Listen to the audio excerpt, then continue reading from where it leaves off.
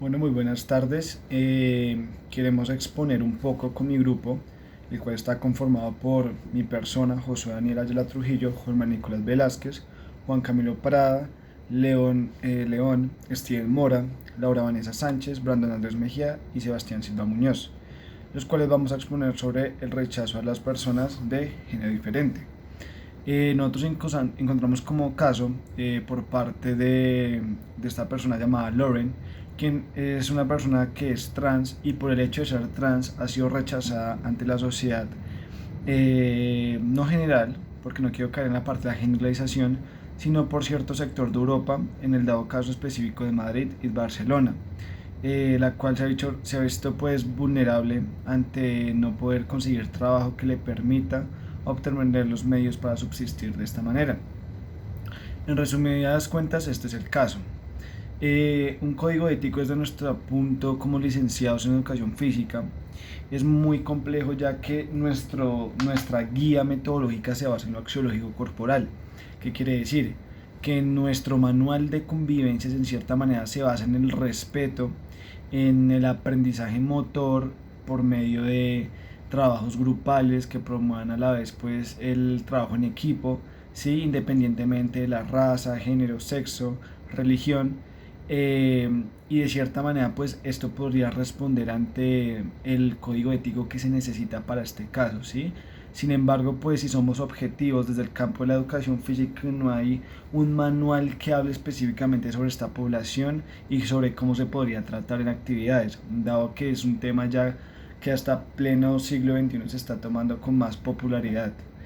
Desde un análisis más profesional, si lo vemos desde la ética kantiana, desde una perspectiva kantiana, valga la redundancia, el caso de discriminación que se presenta resulta muy cuestionable desde los términos éticos. Pues la ética del cuidado de Kant defiende que los demás poseen derechos y son libres de actuar en función de estos.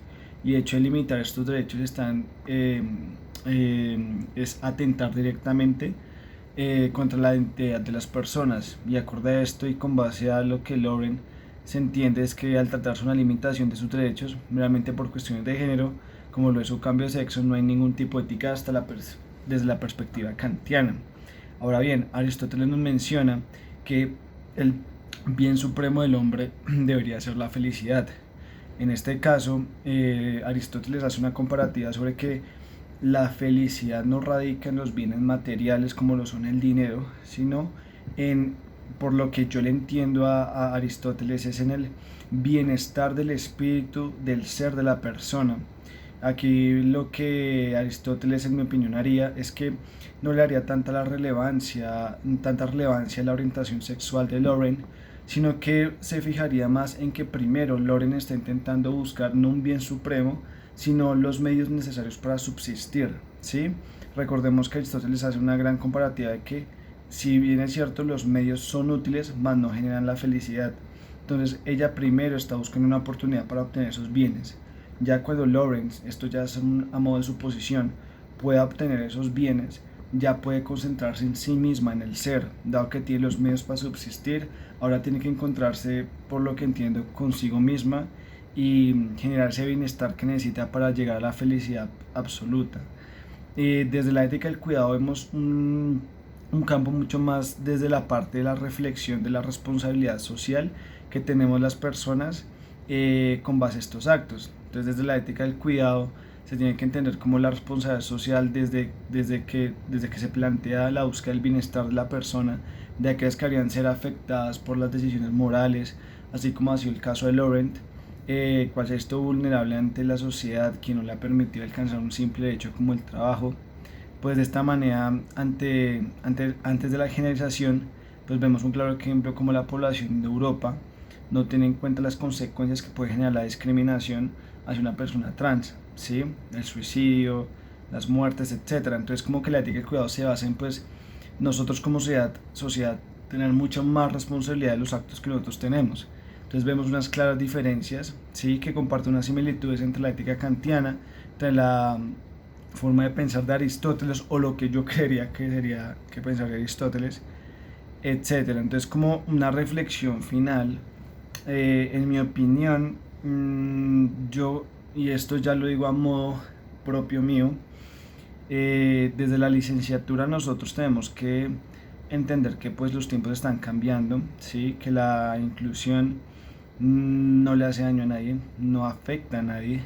El hecho de que haya un chico trans o viceversa, una persona gay, una persona con diferente orientación, siempre y cuando no genere un daño ante la sociedad, tenga respeto por los demás y maneje las cualidades básicas de la ética moralmente buena vista por el hombre, pues no tiene por qué ser discriminada, ¿sí?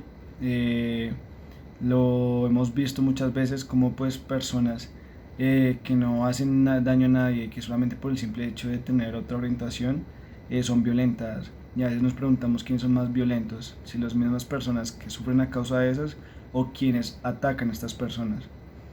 Con base a eso, desde mi licenciatura me gustaría pues promover un ambiente mucho más inclusivo desde el día que vaya a impartir como licenciado en el campo educativo, independientemente del género de la persona o religión. Esto no solamente se basa con las personas trans, sino de diferentes religiones, de diferentes culturas, etnias, etcétera. Yo creo que esto aplica para todo. La inclusión es algo que se está cogiendo mucha fuerza en pleno siglo XXI y que tenemos que adaptarnos, pero el hecho de adaptarnos no es verlo como algo malo, sino como una nueva oportunidad de ser más tolerantes con las personas que piensan diferente, porque no podemos vivir con el método tradicional con el cual nos encierra en un modelo de pensamiento mecánico, sino que tenemos que tener un pensamiento mucho más creativo, mucho más libre, siempre y cuando sea con respeto y con dignidad hacia el otro. Muchas gracias.